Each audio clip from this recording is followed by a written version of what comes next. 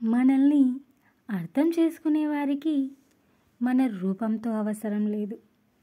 మనల్ని బాధ పెట్టేవారికి మన మనసుతో పని లేదు కాదంటారా?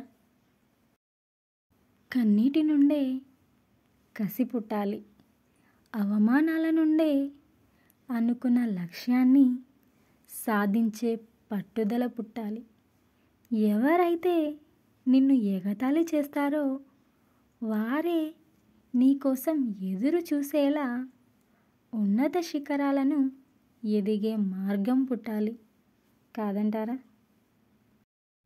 మనిషి ప్రవర్తన అనేది 10 మందిని మెప్పించేలా ఉండాలి, కానీ నొప్పించేలా ఉండకూడదు. అవునా కాదా చెప్పండి? ఎవరి కన్నీళ్లతోనూ దాహం తీర్చుకోకు. కర్మఫలమై తిరిగొచ్చి నీ కడుపున మంట పెట్టక మానదు. ఏదో ఒకరోజు తప్పకుండా జరిగి తీరుతుంది, గుర్తుంచుకో. మనసుకు గాయం చేశారని మనుషులను దూరం చేసుకోవడం వలన సమస్యకు పరిష్కారం లభించదు.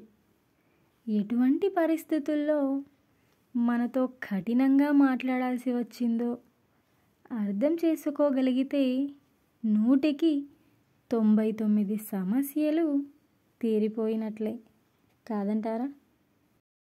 బంధాన్ని కాపాడుకోవడానికి తల వంచాల్సి వస్తే వంచేయి, కానీ ప్రతిసారి నువ్వే తల వంచాల్సి వస్తే ఆ బంధాన్ని వదిలేయి. ఎందుకు అంటే జీవితాంతం తలదించుకొని బ్రతకడం అసాధ్యం కదా కాదంటారా?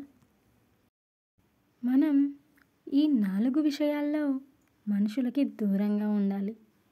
1 నీకు అబద్ధం చెప్పే వాళ్ళకి, 2 నీకు మర్యాద ఇవ్వని వాళ్ళకి, 3 నిన్ను కించపరిచే వాళ్ళకి, 4 నిన్ను పట్టించుకోని వాళ్ళకి. వీళ్ళకు ఎంత దూరంగా ఉంటే నీకు అంత మంచిది కాదంటారా?